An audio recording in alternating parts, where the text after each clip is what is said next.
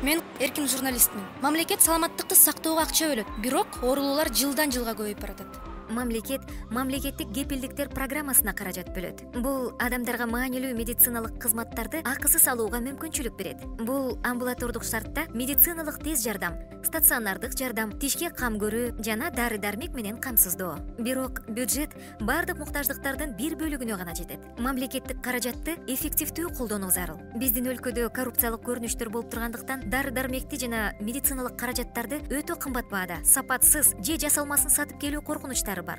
Анын баарын кантип өзгөртсө болот? Азыр көптөгөн бейөкмөт уюмдар жана жигердүү жарандар саламаттык сактоонун бюджет долбоорун түзүү боюнча коомдук угууларга катышып жатышат. Жарандарды эч ким укпаса керек.